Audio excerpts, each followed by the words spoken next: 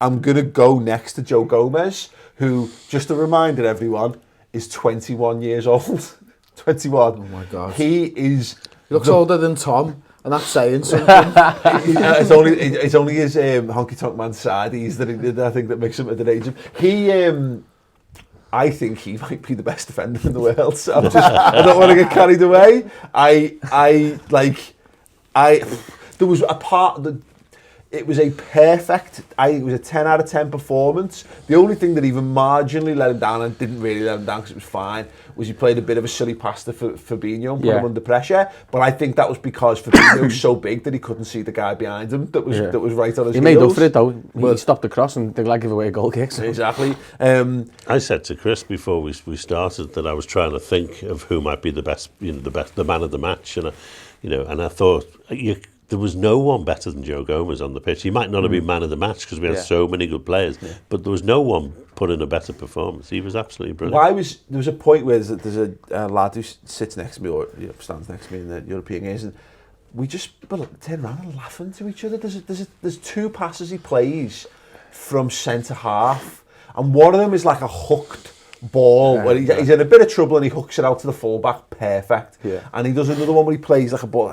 There's one where I think when he plays it down the line, and he just I remember that. You're a centre half, and you're a young centre half. You're not meant to be this good. Everyone constantly tells us defenders, mature late. You don't get the best out of defenders until they're in the late mid-20s.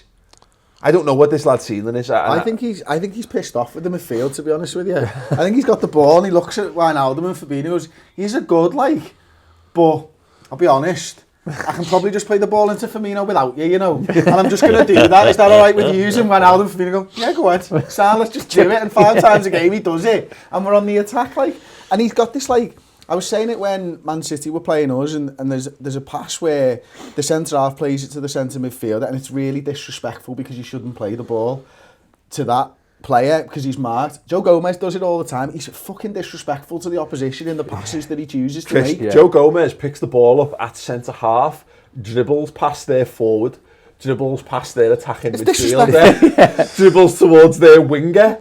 And I'm looking around for someone with a pad in the stadium thinking who's controlling this lad. If someone just walked off from honestly, and then he plays a pass and then just goes back and rather than because we've seen this happen with defenders do. I've seen plenty of defenders. I've seen Martin Skirtle do that. But then what happens is the ball then comes back to him a minute later because it was quite compact. There wasn't a lot of space. We were struggling to find balls. That happens again, and you get this sense of going to the well one too many times, to use a wrestling parlance. And then if a defender has to do it again, they know that's only when they get caught out. No, Gomez, I'll just do it again.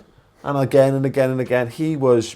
It's beginning to look like the end of last season has been the making of him, because if you remember, he played a few games when he was injured and he was awful. He stank the place out. Though, wasn't it? He had a fullback. And then of course, he cried off, the Champions League final, and he cried off the World Cup to get himself fit and healthy. And he's come back and he's just gone up, real... But he's covering for Van Dijk. It's not the other way round. Yeah, you're right. It's not Van Dijk covering for the young lad. He's covering him. I was saying to John before we started, there was a moment of the game where Van Dijk runs forward with the ball at his feet, gets slightly out of position. Joe Gomez screams at Fabinho, tells him where to be, go and stand in Van Dijk's spot. And then he tells Fabinho, fuck off, Van Dijk, you come back and stand in here, mate. And Van Dijk looks at him and goes, okay, boss, and just toddles back it's like... But that's the level of regard that he's held in this side, because everybody knows that he's a top quality player, and they're all willing to listen to each other because they all know they're all fighting for the same thing, and that comes across every time we take to the field. We've just seen, Sam, the last week. I've seen people launching to the defence of Dejan Lovren on social media, which is great, by the way, because should back your own, shouldn't you? Exactly, back Liverpool players while they're Liverpool players, definitely, to the best of your ability. And those players let's not even drag them up now. One of them comes on as a substitute in the last couple of minutes. But the defence of Lovren reminds me now, and it's been a bit of a diminishing thing in this, it reminds me of the defence of Sakho, and it reminds me of the defence of Matip, in that Lovren is a very, very good centre-half, but when you see Joe Gomez play that role, it's quite clear who's going to be our first choice in that position. for next season. And the I was season really after. pleased that Lovren was injured at the start of the season. I think I might have even said it on the show that I wanted to see Gomez get a run and given a chance to establish himself. Yeah. And that's exactly what he's done. He's made himself first choice as Van Dijk's partner. You know. Well, the thing is, all top players, no matter how good you are, it takes a bit of fortune to kind of slot into position. Thing is with Lovren, what's interesting, I think this is probably part of the reason why Gomez is maintaining this form as well, is that Klopp still goes to Lovren. I was speaking to a mate about this morning, actually. Klopp still goes to Lovren. When Trent wasn't in the team for whatever reason, probably because his defensive kind of game went down against Chelsea and Napoli and needed a refresh, he didn't put Klein in. He moved Gomez and put his man in because, all right, Lovren makes mistakes. You know, every half a season he has a terrible game. Probably the best way to look at it. Yeah. But and this sort of gives credit to Gomez as well. You just look at the other best defenders in the world. We can name 4 or 5 of them, bar the Juventus lads, right, who are immense, always are at that club. Your Umtitis, your Ramoses, your Varans, and so on and so on. Your Hummels, they make more mistakes than Lovren. Let alone Gomez. Gomez is a level above that now. So people are sat here, and I know it's early in his career, but people are sat here telling me Varane and Ramos are the best defenders in the world. Look at the stats. Look at the highlights. You tell me the mistakes they make, just as they score a powerful header every 9 games, doesn't mean they're better players than your Van Dijks. And I think Gomez is performing as well as Van Dijk is. And if he carries on, them two, I wouldn't change them for anyone in the world. No, I completely and listen, agree. The defensive Lovren, I sat here a couple of weeks ago and defended him, didn't I? He's the best third choice centre half in the league. 100%. So but a company might argue that a little bit, but yeah. That's fine for me. Yeah. Fine. Yeah, if Vincent Kompany's the one who's got an argument with it, then that's fine.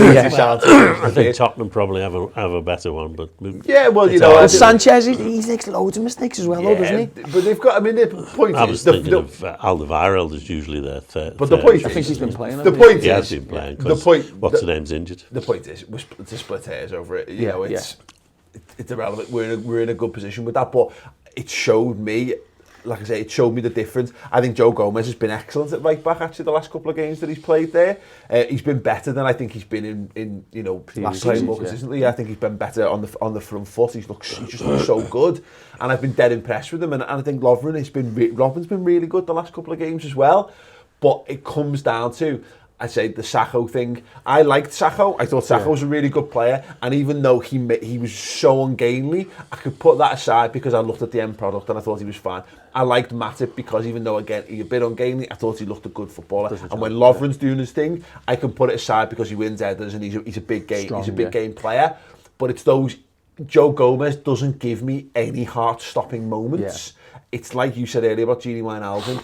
Give the ball to Joe Gomez, and I go, I'm waiting to see what develops, rather than being like, I'm waiting to see who's going to get the ball next. I'm waiting to see what Joe Gomez is going to do because he's a if Lovren is chasing down one of their forwards going into the box, I have to admit, clench. Then I'm not totally confident that he's going to do the right thing. Whether that's fair or not, by the way. That's true. That's just the history that comes with him. Mm-hmm. Whereas Gomez, I don't have any of that. Well, Gomez is only young, hasn't played anything like as many games as Lovren. Yeah, maybe his time will come. Oh, no, exactly. Look at our back 5, backups, right, as well. You look at Mignolet, you look at Klein, Lovren, Matip, Moreno. They got us top 4, 2 years ago. But that was their ceiling, I feel. Yeah. The ceiling now with our back 5 is it league title? Is Kiev, but winning. Yeah. Yeah, it is. That's bigger than the title, let's be honest. For us, maybe not, but in terms of the grand scheme of things, that's the next step. And it's 10 years. You can get 10 years out of that back 5 playing together, and they'll only improve. Absolutely. Yeah, and just at the minute, he's just he's dominant in the air. He's intelligent with his use of the ball. His recovery pace is ludicrous. He's the fastest player. He's faster than Salah, not Jesus, there's that moment when he's chasing back, and it's like. People use like the Rolls Royce Bentley thing, but if you've ever seen a Rolls Royce or a Bentley, when someone floors it, it doesn't go. It goes. It just charges up towards something like, and he's brilliant. Absolutely. It's like he got there with that ball 2 yards before the man, and he was about 20 yards behind him. It was a 70-30 that way. I don't know how he won that. I mean, I've never seen it myself, but apparently Rolex, you can tell they're Rolex because the second thing it just moves around. It doesn't go. Yeah. That's Joe Gomez. He is in the Yeah, second good shout, Rolex watch. I like that. If anyone's got any suggestions for how you would describe how amazing Joe Gomez is, please do let us know. You think about the different types of contests that you come up in against in the Champions League and the Premier League, the different types of sides, why it's such a difficult league to win. Because there's teams playing every different style of football, formation, long ball, short ball, tick-attack, all that. Fabinho's big, tall, strong.